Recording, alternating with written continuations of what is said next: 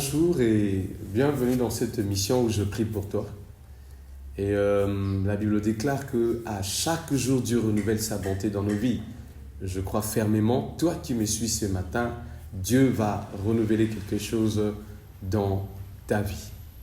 Aujourd'hui, nous allons parler de quelque chose autour de l'amour que le Seigneur a pour nous. Donc, nous disons, Jésus t'aime. Jésus t'aime. Pour cela, nous allons lire dans l'évangile de Jean, chapitre 15, nous allons lire du verset 12 jusqu'au verset 14. La Bible dit ceci, c'est ici mon commandement, aimez-vous les uns les autres comme je vous ai aimé. Il n'y a pas de plus grand amour que de donner sa vie pour ses amis. Vous êtes mes amis si vous faites ce que je vous commande. Amen. Une très belle déclaration. Et ce qu'il faut savoir au sujet du livre de Jean, c'est que Jean, son évangile, se distingue des autres évangiles. Pourquoi ? Parce que lui, il présente Jésus comme le Fils de Dieu. Vous savez, j'aimerais aussi rapidement ramasser quelque chose au sujet de l'évangile. Lorsque nous disons l'évangile de Matthieu, de Marc, de Luc, de Jean, cela ne fait pas 4 évangiles. Nous n'avons qu'un seul évangile qui est l'évangile de Jésus, mais écrit par 4 évangélistes, dont chaque évangéliste a eu à présenter Christ de manière singulière, de manière particulière, juste d'après ce que Christ représentait ou de ce que Christ est. Par exemple, Matthieu lui parle de Jésus comme étant le roi, Marc plutôt tant que serviteur, Luc tant qu'homme, et Jean, lui, nous présente Christ comme étant le Fils de Dieu. Et dans ces chapitres que nous venons de lire, bien-aimés, c'est juste une suite du chapitre 14 où Christ est en train de préparer ses disciples par rapport à sa mort. Dans le chapitre 14, nous voyons Jésus dire à ses disciples que votre cœur ne se trouble point. Dans Jean 15, il poursuit tout en démontrant que lui, il est le cep, nous sommes le sarment, mais son père est le vigneron. Et que tout sarment qui s'attache au cep doit produire de fruits. Et ça part jusqu'au chapitre 16, juste dans la même idée de préparer ses disciples par rapport à sa mort. Mais dans ce verset 12, Christ martèle sur l'amour. Il dit, je vous donne un commandement nouveau. Quel est ce commandement ? C'est de nous aimer les uns les autres. Mais il ajoute, comme lui, il nous a aimés. C'est pourquoi nous disons aujourd'hui, Christ t'aime. Bien-aimé, quelle que soit ta race, quelle que soit la famille auquel tu es sorti, quel que soit le niveau d'études que tu as, ce qu'il faut savoir est que Jésus t'aime tel que tu es. Jésus t'aime. Et déjà lui-même, Christ, il se présente comme étant le paradigme de l'amour, c'est-à-dire le modèle parfait de l'amour. Il nous apprend l'amour par sa propre vie. C'est pourquoi il dit l'amour consiste à donner, c'est-à-dire à donner sa vie pour ses amis. Le verset 13, il dit, il n'y a pas de plus grand amour que de donner sa vie pour ses amis. Donc lui, le fait de donner sa vie, il nous enseigne et il nous montre déjà ce que c'est l'amour. Vous savez, lorsque nous disons Jésus t'aime, il y a plusieurs choses dans la Bible qui nous prouvent et qui nous démontrent réellement que Jésus t'aime. Mais j'aimerais nous proposer juste 3 choses qui démontrent réellement que Jésus-Christ t'aime. Alors, premièrement, nous disons ceci. Premièrement, ce qui prouve que Jésus t'aime, c'est qu'il s'est dépouillé en prenant la forme humaine pour résoudre le plus grand problème de l'homme. C'est-à-dire, Christ a abandonné certaines choses. La Bible dit dans Philippiens 2 qu'il s'est dépouillé en prenant la forme humaine. Et le mot dépouiller en grec, c'est kénos. Le mot kénos veut tout simplement dire abandonner certaines choses, certains privilèges que tu avais. C'est-à-dire Christ a abandonné sa gloire. Il a abandonné tout ce qu'il avait de plus précieux et accepté de descendre ici sur terre, prendre la forme humaine, c'est-à-dire accepter la souffrance, accepter la chaleur, accepter le froid, accepter la fatigue. Donc il a accepté de prendre vraiment la forme humaine juste pour un but bien aimé, de nous sauver.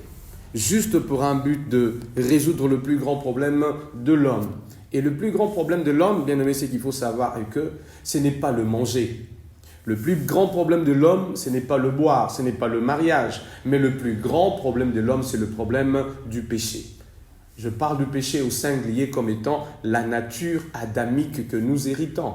Il n'y a rien dans ce monde, bien aimé, qui peut ôter le péché, si ce n'est le sang de Jésus. C'est pourquoi 1 Jean 3, le verset 5 dit « Le Fils de l'homme est apparu, le Fils de l'homme est apparu pour ôter le péché. » C'est-à-dire, il a accepté de se dépouiller, il a accepté de prendre la forme humaine juste pour résoudre ton plus grand problème. Alléluia. Deuxièmement, bien-aimé, ce qui prouve réellement que Jésus-Christ t'aime, toi qui me suis, c'est qu'il a accepté de prendre ta place à la croix en devenant malédiction pour toi. Il a accepté de prendre ta place à la croix en devenant malédiction. Vous savez, bien-aimé, toujours dans Jean 15, là où nous venons de lire, le verset 13, la Bible dit « Le plus grand amour consiste à donner sa vie. » Et ce que Christ a fait à la croix, c'est-à-dire il a donné sa vie pour toi. C'est pourquoi, bien-aimé, je te rassure que Jésus-Christ t'aime. Et Galates, le chapitre 3, le verset 13, la Bible dit « Maudit est quiconque est pendu au bois ». Alors à la croix, Christ a accepté de prendre ta malédiction. Il a accepté de prendre ta place afin que toi, tu sois sauvé. Alléluia.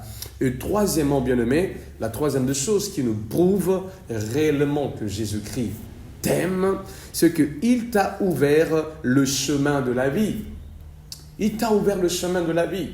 Vous savez, lorsque l'homme est tombé dans le péché, lorsque Adam a péché, la Bible dit dans Genèse le chapitre 3, le verset 24, que Dieu a placé le chérubin protecteur afin de protéger l'arbre de la vie, c'est-à-dire l'homme dans son état de péché, qu'il ne puisse plus avoir accès à l'arbre de la vie et demeurer éternellement dans le péché. Il a placé le chérubin protecteur. Mais ce qui se passe à la croix est que Christ, en devenant sacrifice, Christ en offrant sa vie à la croix, il a ouvert le chemin du salut, le chemin de la vie pour toi. C'est-à-dire ces symboles où Dieu a placé le chérubin dans le jardin d'Éden afin que personne ne puisse avoir l'accès. À la croix, Christ a juste libéré l'accès à l'arbre de la vie.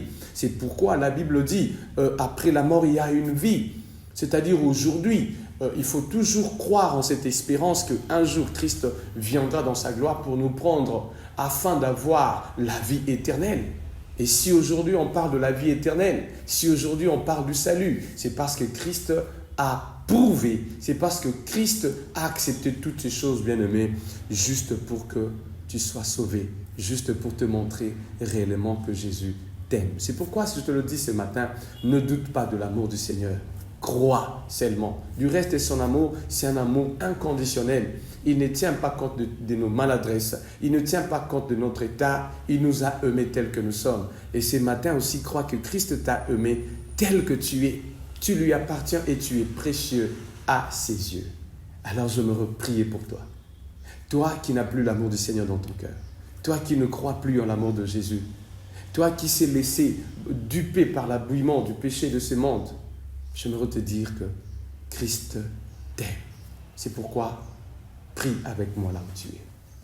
Seigneur notre Dieu, notre Roi, je te prie, ô mon Père, d'aider ces frères qui me suivent maintenant, d'aider cette sœur qui me suit maintenant. Mon Dieu, il a perdu l'amour dans son cœur. Elle a perdu l'amour, ô Dieu. Les réalités de la vie lui ont donné, ô Dieu Tout-Puissant, un caractère compliqué. Seigneur, il s'est maintenant livré au péché. Il s'est dit, à quoi bon de rester enfant de Dieu? À quoi bon de pouvoir craindre Dieu? À quoi bon de montrer de l'amour aux autres? Seigneur, il ne vit plus l'amour en lui. Je te prie, à cause de l'œuvre que tu as accomplie à la croix, remets de l'amour dans son cœur. Que l'amour du Seigneur puisse renaître en lui. Que l'amour du prochain puisse renaître en lui dans le nom puissant de Jésus-Christ. Tu dis dans ta parole que toute plante que mon Père n'a pas plantée sera déracinée. Alors ce matin, je déracine, Papa, cette sémence de la haine, cette sémence de la méchanceté qui a été placée dans son cœur. éternel et je le remplace par l'amour, dans le puissant nom de Jésus-Christ. Amen. Que Dieu vous bénisse et je vous invite à nous suivre, bien-aimés, sur nos plateformes YouTube, Facebook, juste en tapant BLCI TV et le Seigneur ne manquera pas à vous faire du bien. Que le Seigneur vous bénisse et à très bientôt.